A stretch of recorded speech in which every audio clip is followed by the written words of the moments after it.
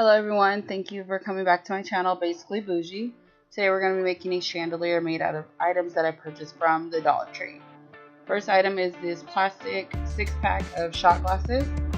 Also a package of the LED battery operated lights. You'll need several packages of each, depending on the size. An electric drill or a Phillips head screwdriver, either one is fine. I use both in my project. A glue gun along with glue sticks.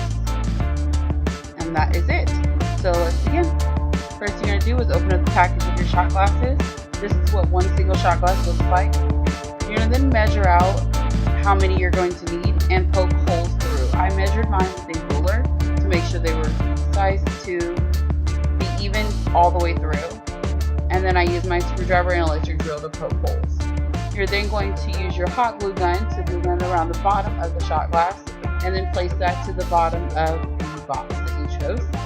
This is what it looks like when all shot glasses are glued down from top and bottom. You're then going to get your LED battery operated lights and poke them through the holes. Put the batteries in and test out all the lights to make sure that the lights are working. Here's an example here before it was finished, just to make sure that I like the way it looked. The top of the box will be exposed, but you will not see that once it's hung up. I then also cut out holes on the sides of the box so that I can turn the lights on and off with the switch on the side. This is the look from the bottom, and the light will reflect through the plastic glasses. And another look from this side. I painted the sides of my box black and then used some black yarn, double wrapped it, and used that to hang up the chandelier.